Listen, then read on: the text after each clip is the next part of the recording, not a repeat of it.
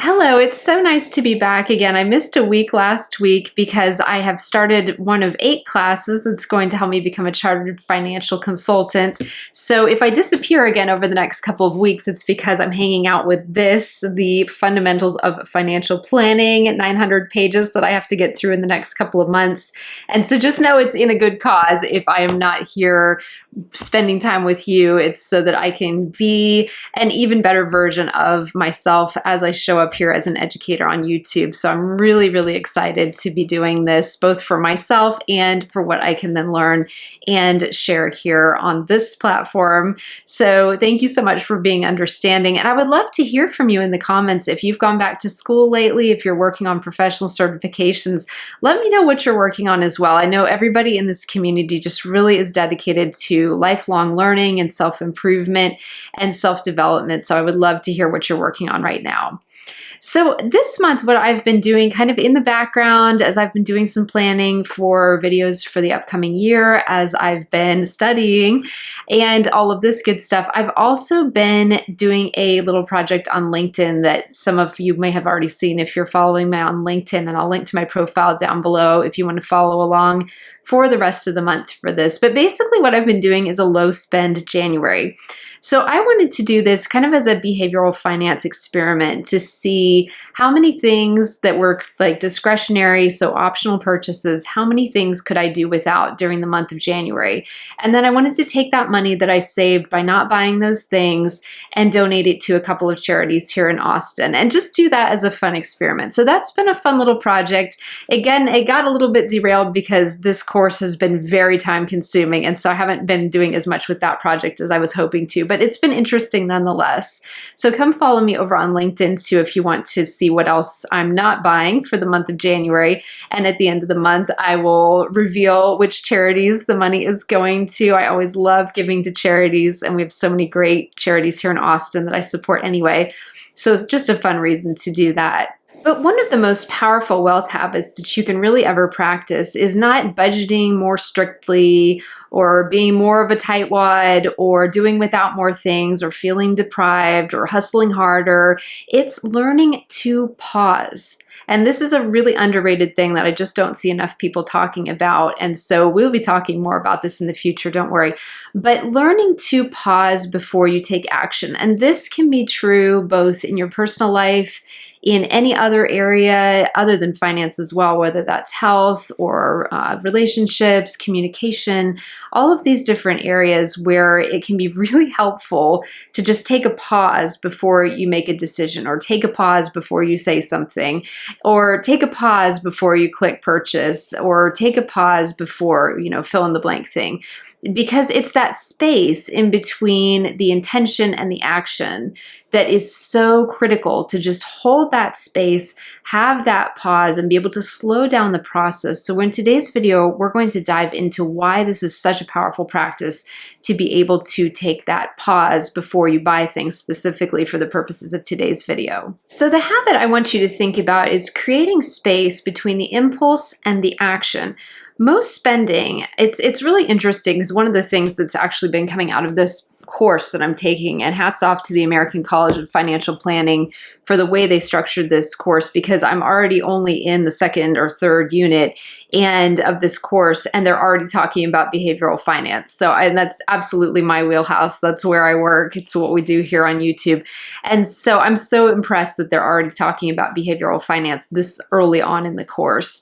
But basically, for many, many decades before about the 70s to 80s, the 1970s to 1980s, people assumed that financial researchers and people in academia and all of this, they assumed that consumers were rational, that consumers were logical. They made the same assumptions about investors, that investors were rational and logical. And in the 1970s and 80s, there were a number of really famous researchers who came out, some of whom have since gone on to win Nobel Prizes for their work, and said, no, people are not rational when it comes to their finances. The same way they can be somewhat irrational about the other areas of their life, they're not necessarily completely rational all the time about the way they approach their finances or about the way that they approach their investments in particular. And so that's really where the field of behavioral finance came from, was to basically humanize the way that we approach our spending to the way we approach our investing, and really work in that behavioral human element into what had been before somewhat just an algorithmic mathematical approach to all of this. So it's a really cool field of study. I'm so happy to be part of this field and of the developments that are happening in it, because it's a really, really exciting area to be in right now as a relatively new career field within the industry of finance. So what's really fascinating about this approach that behavioral finance takes, and where this comes into this habit of learning to pause before we buy things, is that because it's not assuming that we're always 100% rational and logical and all of this, it leaves room for emotion. It leaves room for us to be human. And I don't know how this didn't happen sooner, but I'm very happy to be in this field of behavioral finance, and as a developing part of this industry, it's a great place to be, and I love it. Because of course we're human. So of course the way that we approach our finances is going to be flawed and emotional and irrational and illogical sometimes. And to just leave room for that. And so I think that that's fantastic, because sometimes if we don't acknowledge what's happening, then we can't address it. And so this is a great thing, especially if you struggle with impulse spending. I know this is something that I am still working on as we speak, of just, this is why I did my January pause and my low spend January, because I felt like my spending habits could really continue to use some work of just slowing down and being able to take that pause. So the habit that you want to work on isn't saying no to everything all the time forever and doing without everything. It's delaying the yes, having that pause, because most spending is emotional, it's illogical sometimes, it's impulsive.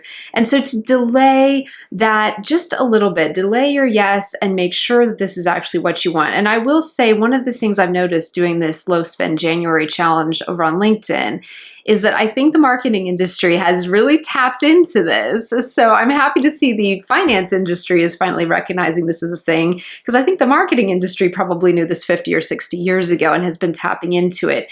You know, think about the last time you saw an ad for something. What are they trying to sell you? They're trying to sell you a feeling. They're like, buy this candy bar, this is going to make you so happy. Or like, go on this luxury cruise, you're going to have such a wonderful time. You're going to reconnect with your partner. It's going to be amazing. It'll save your marriage. You know, what are they selling? They're selling the feeling. They're selling the feeling. They're not selling the cruise. They're not selling the candy bar. They're selling the feeling. And what you're buying into is the feeling. And so I'm so happy that the financial industry is finally coming around to acknowledging that this is a thing, so that we can all address it and move forward and still have a retirement, because the marketing industry is a multi-billion-dollar industry. Just here in the US, I want to say the marketing industry is about $500 billion annually that they spend on all these incredible campaigns that they run. And in the process, we all get sold on a lot of things that we don't want, we don't need, we should not be buying. And so some examples of this habit of how you can pause are, for one thing, give it 24 hours. So if you have something that you want to buy, just say, it's my policy that I wait 24 hours to buy something, you know, unless it's something you need, like food or healthcare or, you know, whatever. This is more discretionary type things, but really focus on giving yourself time, space. 24 hours would be probably the minimum. Maybe a couple of days might give you even more time to just kind of pause and think through whether or not you really need it, or you're being suckered in by a great marketing campaign. And when it comes to online shopping, I think this is even harder, because it's so easy to just buy things, just one click and you're done. You know, Amazon has continued to make it easier and easier to purchase things with just like a one click, and it's at your door in a few hours. And while that's great, and I'm not saying we should go back to having to do things the hard way, I also think that that is lowering the barrier to us buying things, but it's also making it more and more challenging to take that pause when we need to. So don't be afraid to just leave some stuff in your cart for a while and think about it. Save it for later. All the online shopping things always have a save for later option. Now, what a lot of them will do, and I'm sure you've noticed this, is if you save something for later, they will start killing your inbox with emails saying, the item that you saved is almost gone, or the item you saved is on sale. Buy it now. Quick, quick. You know, FOMO. And so it's a challenge sometimes too, because again, if they've see that you've got it in your cart, they can really continue to push that on you. So sometimes that works better than others. And then one thing I like to do when I'm out and about and I do see something in a store that I really like and there's some kind of sale on it, it says like last chance.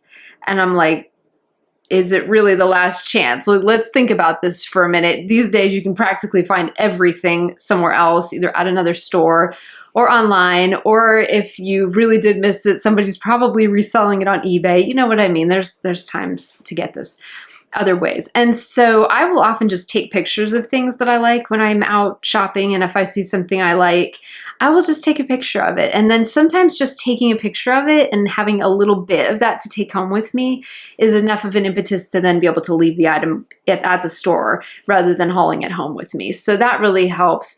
It's also really good to think about where do you go on a regular basis where stuff comes home with you that you didn't really go out shopping for. I used to have trouble with this at Target, and I actually don't shop at Target anymore.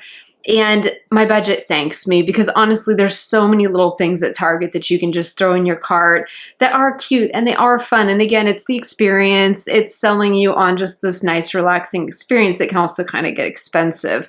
And so just in the interest of being able to stay on budget, I don't shop at Target anymore. I don't even go in the store because it's just simpler for me to not go in the store, because then I'm just not putting myself in that environment where I am pretty much guaranteed to come home with more things than were on my shopping list. So again, building in that habit of pausing, even for one day, just for 24 hours, it's not that long, gives you a little bit of time and space to be able to just reassess the situation when you're out of the moment and then think about if that's something that you really need.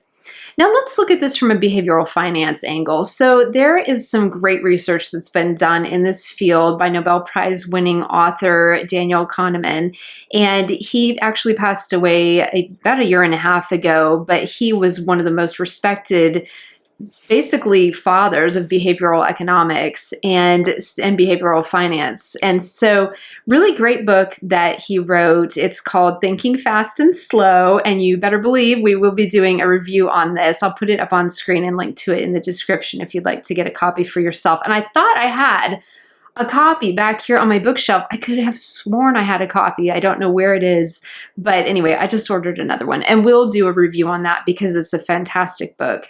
But basically, Daniel Kahneman, in his book Thinking Fast and Slow, identified two different types of thinking where he calls them systems. So system one is our fast thinking. And that fast thinking is basically emotional and impulsive, and it's our like kind of initial response to something. And then system two, which is the slow thinking, is deliberate, it's reflective, it's a little bit more measured, it's a little bit more calm, it's a little bit more logical. And so he really identified that these two systems of thinking are one of the things that's really important to just be aware of how we think. And he was one of the first people to identify this. And again, one of the reasons why he won this Nobel Prize was just his work in this field of being able to identify that we have two different speeds that we think at.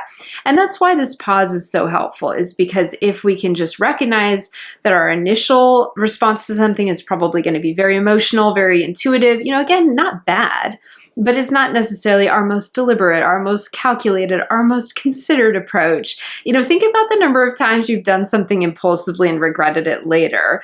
And that, again, is down to our fast thinking or our system one thinking. Versus if you've had a decision that you've really thought through, you've really spent a lot of time considering it, and then you went ahead and did it, and you were pretty happy about it afterwards, it's probably because you were in your system two thinking or slow thinking.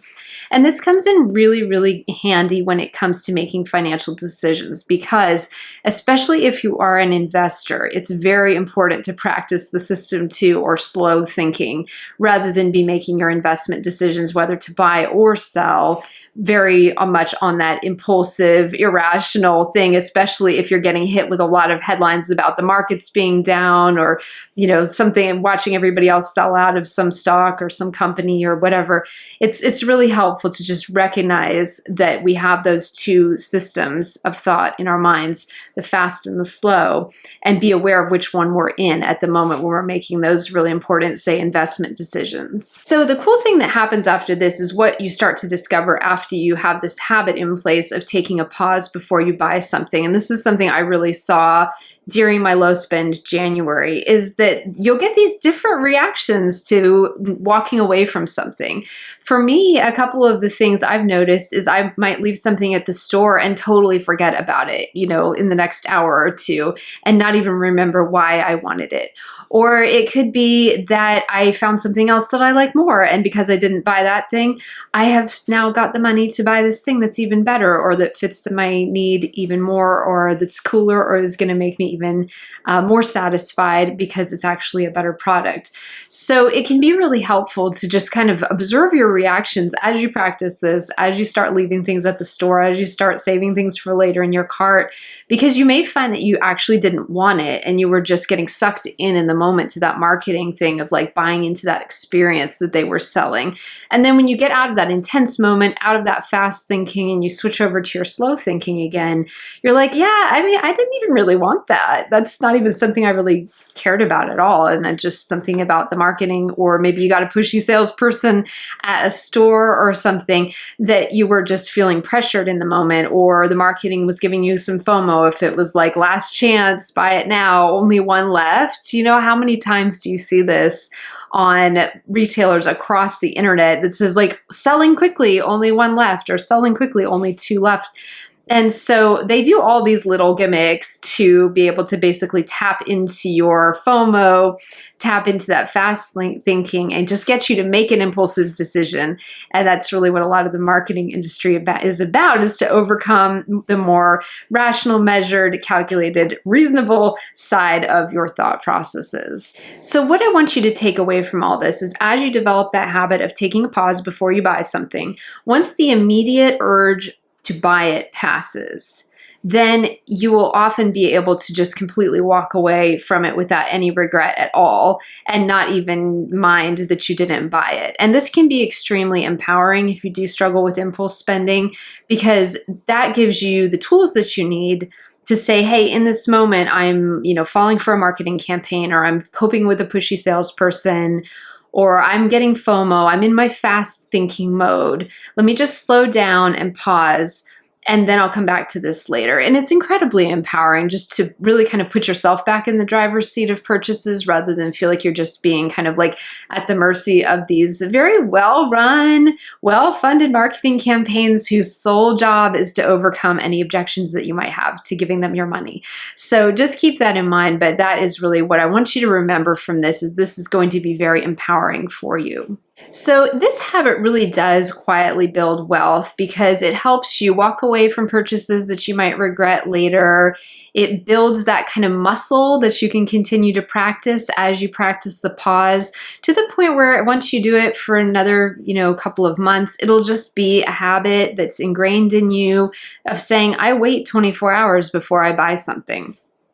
Just end of story. So this habit of taking a pause before you buy something is a really good one to practice, because it lets you quietly build wealth, because you're not there blowing your budget on purchases that you didn't really want, you didn't really need, and then you just ended up maybe getting kind of pressured into something, or you ended up falling for a slick marketing campaign, and it really puts you back in the driver's seat of the whole situation. So I just want you to really know that this is a habit that is really, really worth developing. Just practice this for a couple of weeks to a couple of months, and let me know how it goes. I'd love for you to let me know in the comments, come back to this video, save it for later, and let me know in the comments how this is going for you. If you just say, this is my policy, that I wait 24 hours to purchase something, unless it's something I acutely need. We're not talking about food, medical care, gas, any of this stuff that you actually need. This is discretionary or optional purchases.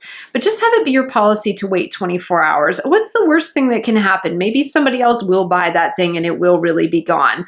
But at the same time, you'll have taken the chance to be able to give yourself some time to think it through. And so I can't really actually think personally of a purchase that I've walked away from and had horrible regret afterwards that I didn't buy it. Versus if I think about the number of things I did buy when I was in my fast thinking mode and bought impulsively, I could make you a huge long, list of things that I've bought over the years that then I've had regret and remorse for, and, hiding bags from my husband in the closet and and all of this hiding receipts. You know, especially if you're managing money as a couple, it can really turn into a huge problem if you have trouble with impulse spending. I used to have terrible problems with this when I was younger. And so I just want you to know, first of all, it's something that you are completely in control of. Secondly, it's just a habit that as you practice it, you'll get stronger and stronger at and better at. And then third, it's not only going to help your budget, but it will also help your relationships with the other people in your life who you're kind of co-managing money with your partner, your spouse. And that way you just won't have anything that you feel ashamed about or embarrassed by or feel like you need to hide from them because you made an impulsive purchase. It just really makes things so much smoother, especially if you're managing money as a couple. So thank you so much for watching. I hope you enjoyed this. And again, check out Thinking Fast and Slow by Daniel Kahneman. I think you'll really enjoy it. We will definitely be doing a book review on that later in the year over on the book club. And so I will make sure to link to that once it's out as well down in the description. And I have another video that I think you might enjoy next. I will link to it here on screen, and I will see you very soon over there.